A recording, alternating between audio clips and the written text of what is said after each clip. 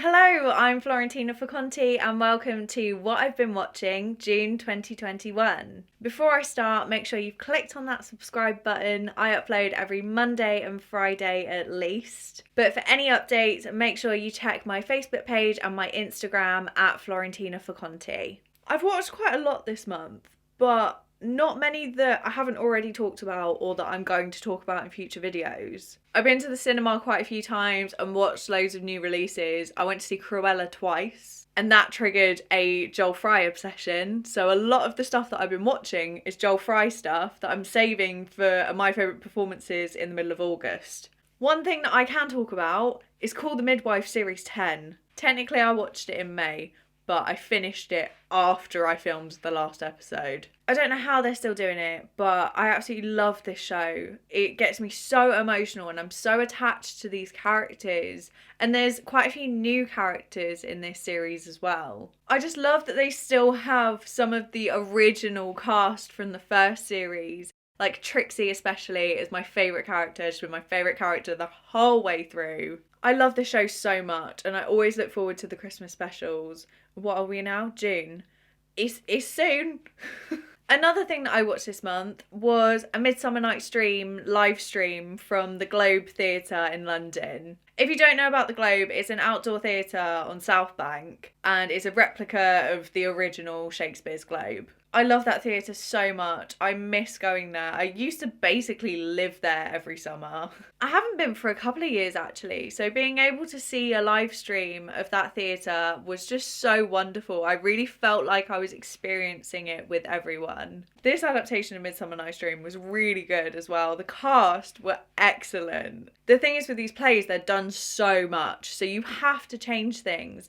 But I think the best change that they made was making every single cast member play Puck at least one point in the play. It's such a feel-good production. I would have loved to have seen it live, but I feel like that was the next best thing. It's running until the end of October, so if you can get to the Globe, I definitely recommend you go and watch it. It looks like such a good show. But if you are interested and you can't get there, there is another live stream on Saturday the 25th of September at 7 p.m. UK time. It says limited tickets as well, so get on it. My 8-year-old nephew came and stayed for a little while and we really got into The Masked Dancer. Oh my goodness, I got so addicted to that show. I managed to guess a few. I'm so angry, right? This is going to be a massive spoiler if you want to watch it, so maybe skip to the next bit. I guessed Bonnie Langford for the Scarecrow, and then it ended up being Tamsin Outhwaite. Then, later in the show, Bonnie Langford was the bloody squirrel, and I'm so angry. I really shouted at the screen. I was seething for days. I usually hate stuff like that, like reality TV and like the competitions and things, but I just got so into it.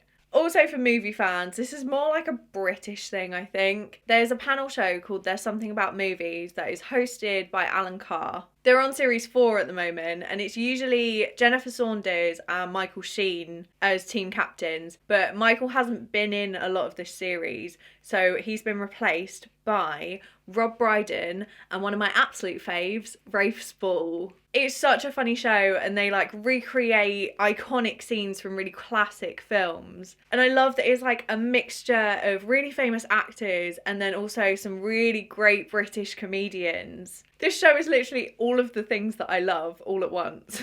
I also watched a show called Yesterday, Today and the Day Before. It's like a comedy news programme. So if you think of like the MASH report, it's very similar to that, but it's all women. And each episode is a different combination of female comedians. I love some of them. Some of them I'm not big fans of. I enjoyed this show, like I binged all of it, but I don't know, it just felt very scripted for me. So there were moments that were like improvised that were so funny, but then there were others that I was like, Podcast wise, I've been absolutely loving Romesh Ranganathan and Tom Davis's podcast, The Wolf and Owl. This podcast shouldn't work. It's literally just them chatting, absolute rubbish the whole time, but it's so great. I absolutely love their friendship and the banter that they have.